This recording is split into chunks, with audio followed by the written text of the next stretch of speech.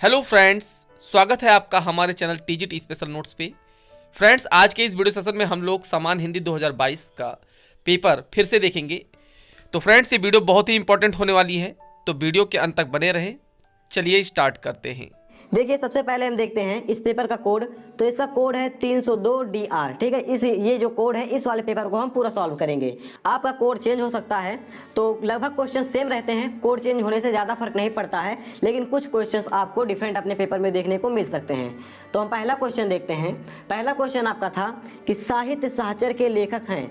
तो इसमें right answer था ये वाला, बी हजारी प्रसाद द्विवेदी। ठीक है, दूसरा ऑप्शन इसका सही था। अगला क्वेश्चन देखिए। अगला क्वेश्चन है बालकृष्ण भट्ट द्वारा संपादित पत्रिका है। तो चार ऑप्शन इसमें दिए गए थे। हिंदी प्रदीप जो है ये वाला इसका राइट आंसर था। अगला तीसरा क्वेश्चन है हिंदी का प्रथम मौलिक उपन्यास कौन सा है, यानी कि इसका प्रथम उपन्यास कौन सा है। तो इसका राइट आंसर है परीक्षा गुरु, ये आपको पता होगा। अगला क्वेश्चन देखिए। अगला क्वेश्चन है सरदार पूर्ण सिंह किस युग के लेखक हैं। ये मोस्ट इंपॉर्टेंट क्वेश्चन है और ये जो क्वेश्चन है मॉडल पेपर में कई बार आया था। तो ये इसका जो राइट आंसर है ये है आपका द्विवेदी युग के। ठीक है, अगला क्वेश्चन हम देखते हैं। अगला क्वेश्चन है आपका निम्नलिखित में जयशंकर प्रसाद की कृति है। तो ध्रुव स्वामी जयशंकर प्रसाद की कृति है। छायावाद की विशेषता क्या है, ये दूसरे का पहला क्वेश्चन है। इसको आपको कमेंट करके बताना है। चार ऑप्शन दिए गए हैं, कौन सा इसमें सही है। दो का लिखना है, उसके बाद 1 2 3 4 जो इसमें आपको सही है वो आपको कमेंट करना है। अगला देखिए, निम्न में कौन सा ग्रंथ भक्ति काल का है। ठीक है, तो भक्ति काल का है विनय पत्रिका, ये आपका भक्ति काल का ग्रंथ है। अगला क्वेश्चन देखते हैं हम प्रयोगवाद के प्रवर्तक कौन हैं। तो प्रयोगवाद के प्रवर्तक हैं अज्ञेय, सच्चिदानंद, हीरानंद, वात्सायन, अज्ञेय। अगला है अनामिका के रचनाकार कौन है। तो निराला जी अनामिका के रचनाकार हैं। फिर रीतिकाल का अन्य नाम है। तो रीतिकाल का अन्य नाम श्रृंगार काल है, क्योंकि यहाँ पर श्रृंगार से ज़्यादा जुड़ी बातें की जाती थी। अगला देखिए, तीसरा क्वेश्चन आपको हम ऐसे बताते चलेंगे जितना क्वेश्चन आपके लिए इंपॉर्टेंट है। जैसे कि यहाँ पर देखिए, इसमें आपको निम्नलिखित पर आधारित प्रश्नों के उत्तर देना था किसी एक का।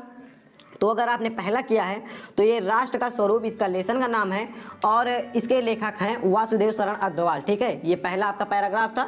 5 क्वेश्चन पूछे गए थे। शीर्षक का नाम राष्ट्र का स्वरूप और इसके लेखक हैं वासुदेव शरण अग्रवाल।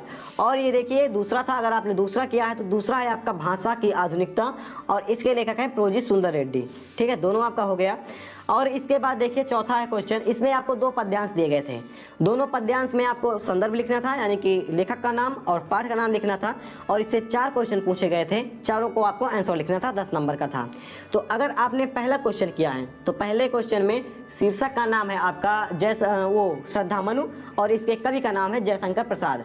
और अगर आपने दूसरा किया है ये वाला, तो इसमें देखिए, इसमें आपके शीर्षक का नाम है अभिनव मनुष्य और इसके लेखक का नाम है रचयिता का कौन है, लेखक कवि इसके हैं रामधारी सिंह दिनकर, दोनों हैं आपके। अगला देखिए, हम देखते हैं क्वेश्चन। इसमें भी आपको 5 क्वेश्चन पूछे गए थे। इसमें सबसे अच्छी बात मुझे ये लगी कि इसमें आपको सोचने के लिए व्यवस्था करना है। जैसे यूपीएससी वगैरह का होता है तो आपको इसमें सोचने के लिए चीज़ें दी जा रही हैं। इसके पहले क्या होता था, ऐसे रेखांकित कर देते थे कविता में और बोलते थे इसकी व्याख्या कीजिए। तो व्याख्या वाली सारी चीज़ें इस बार हट गई हैं, आपको सोचना पड़ेगा, उसके बाद आप इसको लिखेंगे। इसमें देखिए, इसमें आपको कई सारे ऑप्शन मिल रहे हैं। वासुदेव शरण अग्रवाल जी का हमने लिखा है इसमें, तो इसको आप लिख सकते हैं। फिर जयशंकर प्रसाद का एकदम आसान था, और जयशंकर प्रसाद और महादेवी वर्मा का जो जीवन परिचय है, साहित्यिक परिचय, ये जितने हमने मॉडल पेपर दिए थे लगभग सभी में इसका साहित्यिक परिचय आया था। जयशंकर प्रसाद 1890, 1937 और आंसू झलरना कामायनी, ये सारे इनके रचनाएं हैं। ठीक है, अगला देखिए, पंचलाइट हमने आपको बोला था कि आप तैयार करके जाइएगा, पंचलाइट आएगा जरूर। पंचलाइट आया था, नायक का चित्रण आया था, यानी गोधन का, तो आपको गोधन का कर देना था इसमें। अगला देखिए हम, तो 7वें में देखिए हमारे यहाँ क्या है, हमारे यहाँ त्यागपथी, आपके यहाँ रश्मिरथे, सत्य की जीत, कोई भी हो सकती है। तो त्यागपथी में राज्यश्री का आया था, यानी हर्षवर्धन की बहन का। तो लगभग जितनी हर्षवर्धन की वो हैं चित्रण में विशेषताएं हैं वो भी इनमें हैं। जैसे दानी थी, ये बहुत दान करती थी, लगभग 5 साल पर ये हर्षवर्धन के साथ जाकर दान करती थी। उसके बाद सहनशील थी और ये जो है प्रजा प्रेमी थी। तो कई सारी विशेषताएं हैं, इसको आपको करना था और अगर आपने किया होगा तो आपको नंबर मिलेगा। ये क्वेश्चन कितने का था आपका, ये लगभग आपका था ये 5 नंबर का। तो अगर आपने किया है 3 नंबर आपको आसानी से इसमें मिल जाएगा। उसके बाद दिए गए गद्यांशों में किसी एक का संदर्भ सहित हिंदी अनुवाद लिखिए। तो ये पहला था इसमें ये धन्यो अयम भारत देशाय तो समुन्नति जनमानस पावनी, तो ये था आपका संस्कृत भाषा या महत्वम का, ठीक है। और ये दूसरा था जातक कथा का, ठीक है। ये दोनों आपके थे, हमने आपको बोला था कि आप जातक कथा तैयार कर लीजिएगा, वहाँ से आ जाएगा, जो कि आपका आ भी गया है। इसके बाद ये था आपका ना चौरहारम ना चा राज्यहारम, तो ये देखिए बहुत ही इंपॉर्टेंट था। मैंने आपको बोला था सुभाषित रत्नावली आपको तैयार करके जाना है और वहीं से आपको आया था। इसमें संदर्भ सहित हिंदी अनुवाद करना था। तो इसका संदर्भ क्या हो जाएगा, प्रस्तुत श्लोक हमारी पाठ्य पुस्तक के संस्कृत खंड में उपस्थित या संस्कृत खंड में उपस्थित सुभाषित रत्नावली नामक शीर्षक से उद्धृत है। उसके बाद आपको देखिए इसमें विद्याधन को सभी धनों में प्रधान बताया गया है, तो आपको पूरा अर्थ इसमें लिख देना था। आई होप आपने इसे किया होगा। उसके बाद देखिए ये क्वेश्चन है, निम्नलिखित मुहावरों और लोकोक्तियों में से किसी एक का अर्थ लिखकर वाक्य में प्रयोग कीजिए। अंधे की लाठी होना एकमात्र सहारा, ठीक है, ये एकदम सिंपल था। उसके बाद देखिए ये था तथा धन इति, तथेति का क्या होगा, तथा धन इति, ये बा वाला हो जाएगा। उसके बाद मधुवरी का मधुधन अरि हो जाएगा, ये वाला है, सा वाला है इसमें। हरिधन हरिश्चेते का हो जाएगा, हमने लगाया है डी वाला, आपने कौन सा लगाया है ये आप हमें कमेंट करके जरूर बताइएगा। उसके बाद था राजानम, राजानम था द्वितीय एक वचन, ये देखिए राजानम और द्वितीय एक वचन, ये इसका राइट आंसर था। सरित्सु था, तो इसका जो राइट आंसर था ये होता है आपका सप्तमी बहुवचन, ये वाला इसका राइट आंसर था।